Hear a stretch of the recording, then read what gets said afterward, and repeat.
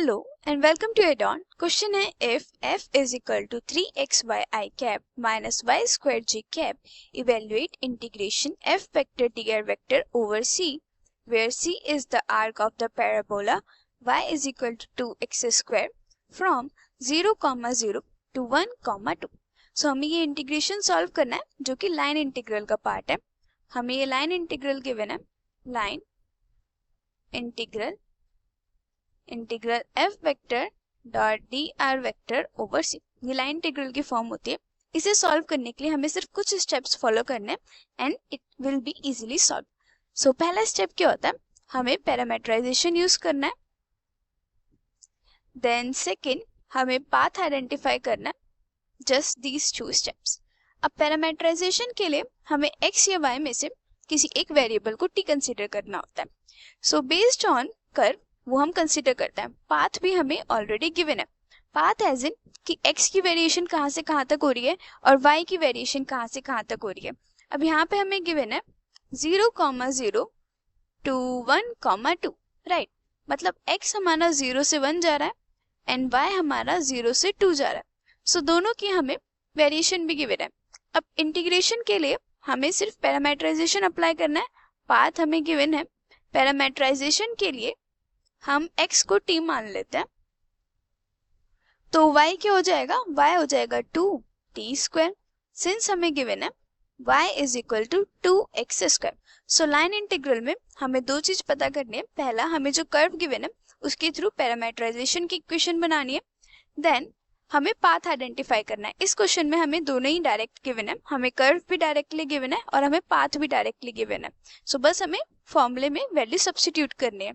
सो क्या होगा, हमने x को t ले लिया, y को 2t स्क्वायर ले लिया, तो हमारे पास क्या आ जाएगा, f वेक्टर है 3xy I cap minus y square j cap. So ये t की फॉर्म में क्या हो जाएगा, 3, x के प्लेस पे आ जाएगा t, y के प्लेस पे आ जाएगा 2t square. Right, and I cap as it is minus y square, y के प्लेस पे क्या आएगा 2t स्क्वायर का whole square j cap. So ये हो जाएगा 6t cube I cap minus 2, ये हो जाएगा 4t raise to the power 4 j cap.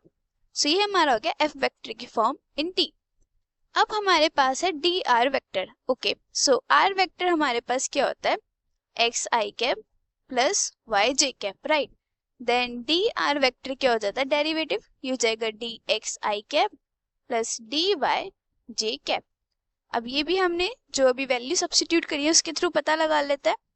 x हमारे पास t है, इसका मतलब है dx हो गया dt, एंड y है हमारे पास 2t स्क्वायर, इसका मतलब है dy हो गया 4t.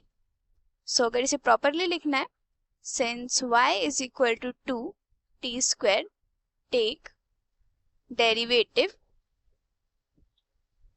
On both sides with respect to t.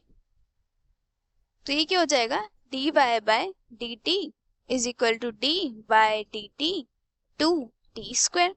सो ये हो जाएगा dy by dt is equal to 4t. Then this implies dy is equal to 4t dt. So dy हमारे पास ऐसे आ गया. So ऐसे हम प्रॉपरली कर सकते हैं और ये हमने डायरेक्टली लिख दिया कि dx हो गया dt एंड dy हो गया 4t.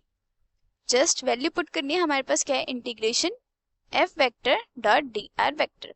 f वेक्टर क्या आया हमारे पास, f है 6t cube, f vector is this 6t cube I cap minus 4t raised to the power 4 j cap. So ये हो जाएगा 6t cube I cap minus 4t raised to the power 4 j cap. And dr vector के साथ dot product है, dot product dr vector क्या है हमारे पास. Okay, सो dx हमारे पास dt है, dy हमारे पास 4t है. सो dr vector in terms of t क्या हो जाएगा, dt I cap plus 4t, यहाँ पे dt भी आएगा, सॉरी क्या आया था, dy is equal to 4t dt.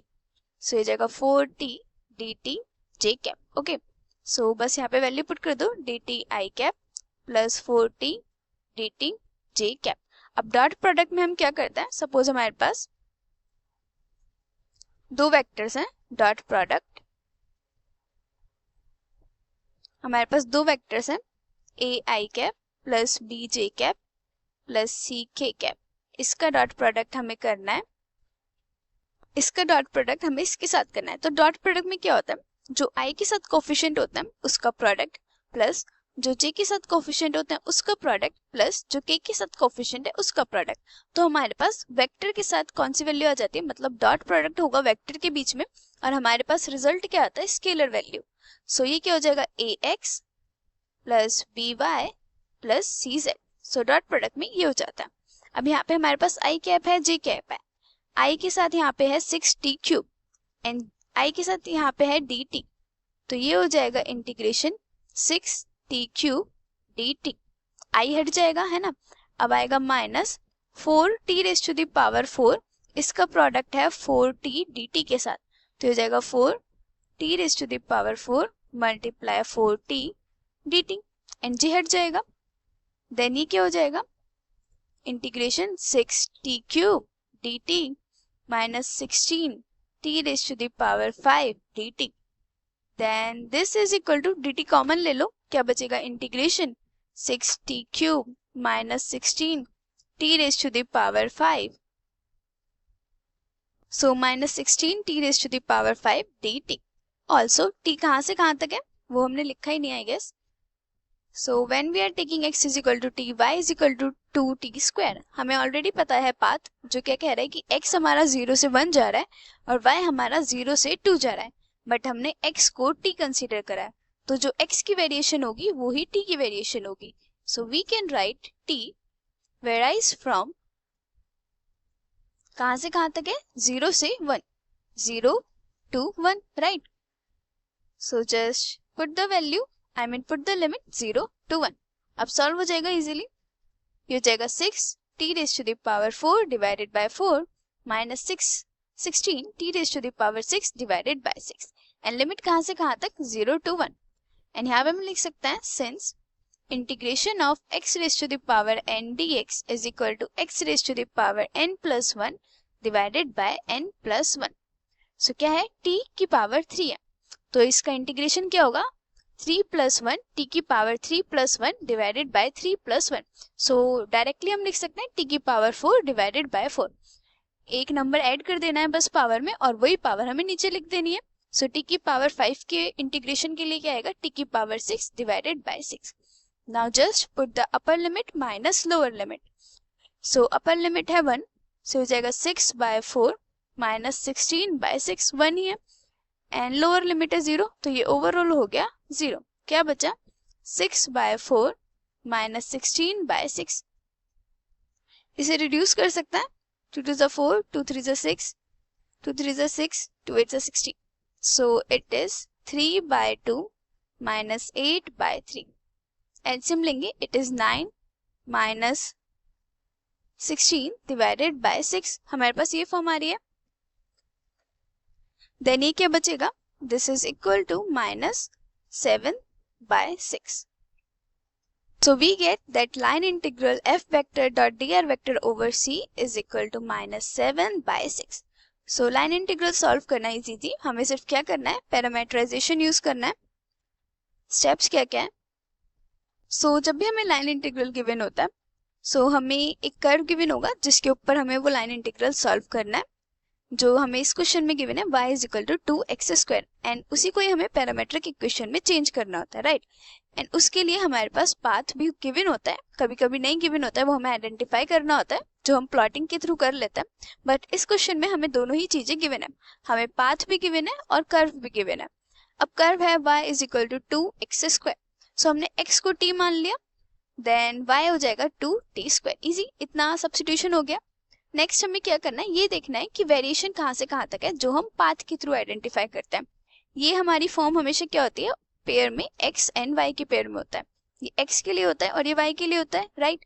So x हमारा जा रहा है 0 to 1 और y हमारा जा रहा है 0 to 2।